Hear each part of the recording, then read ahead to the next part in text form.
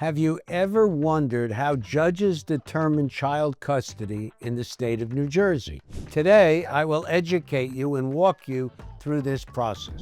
I'm David Wildstein. I'm a partner with the law firm of Willens, Goldman, and Spitzer. I've devoted my entire career to divorce cases and, in particular, custody. Please understand that what I'm sharing today with you is only for educational purposes. I'm not referring to any specific cases or any guarantee of what the results would be. If you need specific guidance about your case, please reach out for a consultation with me. Under New Jersey law, there are 14 factors that the court reviews in determining what is in the best interest of the children. No factor in particular is most important. They are all important, but I will highlight the most significant factors. 1, the ability of the parties to cooperate and communicate with each other is very important, particularly if we're dealing with joint legal custody.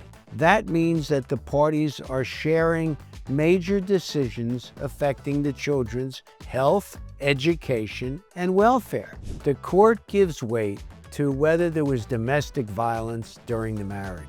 That's very unhealthy for a child to be aware of, and the court is very concerned about the impact that would have in the future on the children. Another important factor is the preference of a child. The older the child, the more likely the court will consider the child's preference. From my experience, if a child is less than 10 years old, the court will give a lot less weight than it will if the child is older.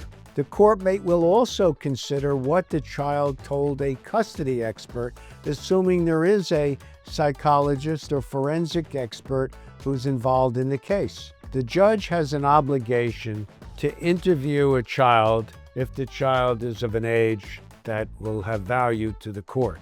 Prior to the interview, each attorney has the right to provide the judge proposed questions for the child. The interview, which takes place in the judge's chambers, is recorded, and the recording can go to both lawyers.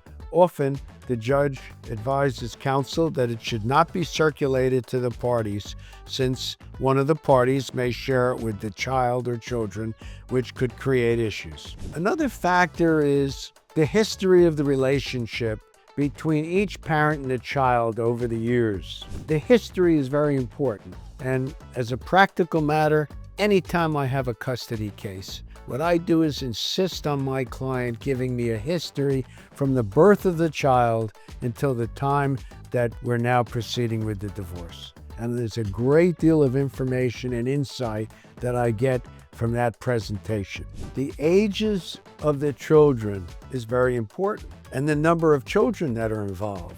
In terms of other children, it also depends on how those children interact. Judges tend to favor joint legal custody so that the parties are involved in the decision-making process of the children. And if the parties can't work it out, then we have to have a judge decide it, which is unfortunate. What's most important, in my opinion, and which is often neglected by experts and the court, are the needs of the child, which is a very significant issue. Custody cases are not easy. I'm here to help you deal with these issues as they arise. I'm happy to consult with you. I hope you found this video helpful. Hug your kids and appreciate all the good times you've had with them. Thank you.